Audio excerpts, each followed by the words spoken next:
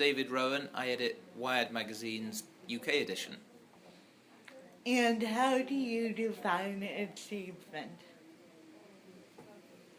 Achievement is probably a combination of fulfilling your own potential and trying to make your mark on the world, however little.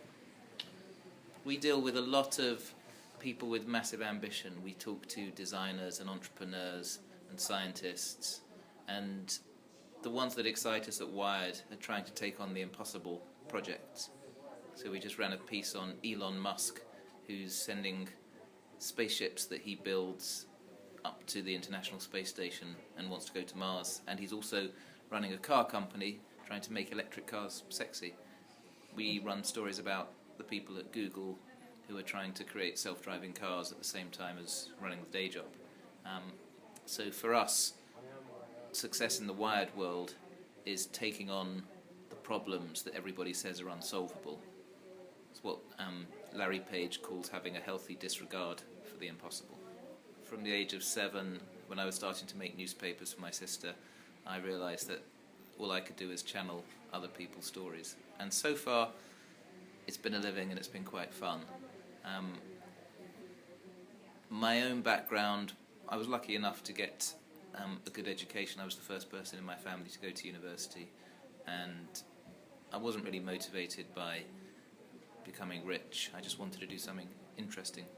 And I learned early on that asking questions can be quite interesting, and getting to understand what makes other people tick and unpicking the journeys of ideas or organisations or individuals, understanding both sides when there's a conflict and trying to convey that as a story. So for me, success was always to be able to be independent enough to tell stories that I got excited about and not be stuck in somebody else's agenda.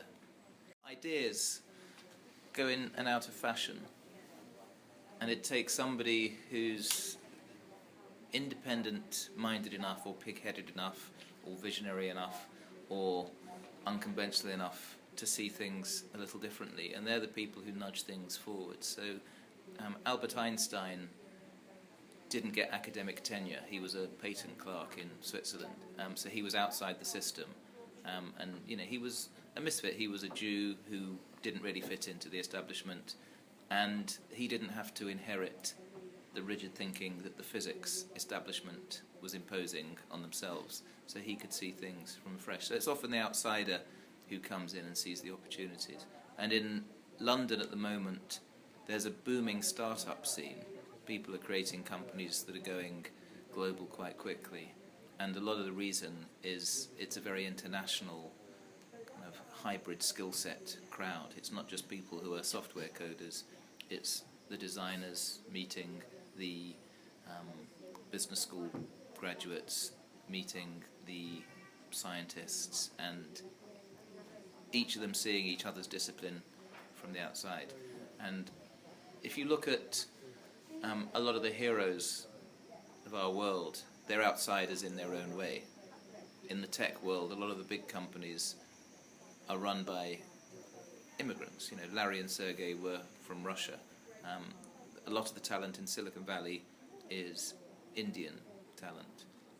One of the challenges that Europe has is if you go to Paris, you don't see, although it's a French word, as many entrepreneurs as you should see, partly because social status, rigid hierarchies still matter a lot. So a lot of French parents want their children to go to the Grande École, to join the established professions, the civil service, rather than take a risk. But then if you go to Tel Aviv, which is a much more new and uncertain society, it's much more willing to take risks, and the parents will back the kids to start a business. And because they will take those risks, they have less of a sense that they've got things to lose. They've got less social expectation. A lot of the Israeli companies are now going global very quickly. So I think we need to curate a sense of the impossible being achievable in our own lives and not be limited by conventional thinking, by the need to fit in with our teachers, with our colleagues, with our organisations. If you look at a lot of the people building those transformative businesses that change how we share our personal data on social media or swap music in ways that aren't necessarily legal, I think you could say there's a correlation between autism and Asperger's in many cases and the boldness by which they're striving to change people's behaviour. So I think if you are a certain type of person who doesn't care what other people thinks and you're absolutely convinced that you have the solution to something and that you're right, then you can either come across as a revolutionary or a troublemaker or a person who's hard to get along with. But a lot of the revolutions are created by people who you really wouldn't want to work for. Steve Jobs wasn't the easiest man to get along with, and you can say the same about a whole bunch of other bosses in the world of fast growth tech companies.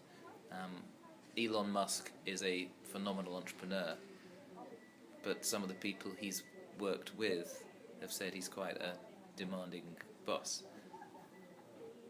Now, I'd rather there were more people who were being those revolutionaries, and we'd have to find our own ways to get on with them. A lovely quote from Warren Beatty that when you can't tell the difference between work and play, then you know you've arrived. And whether I'm working with writers to tell a great story about something that's happening in Africa, whether I'm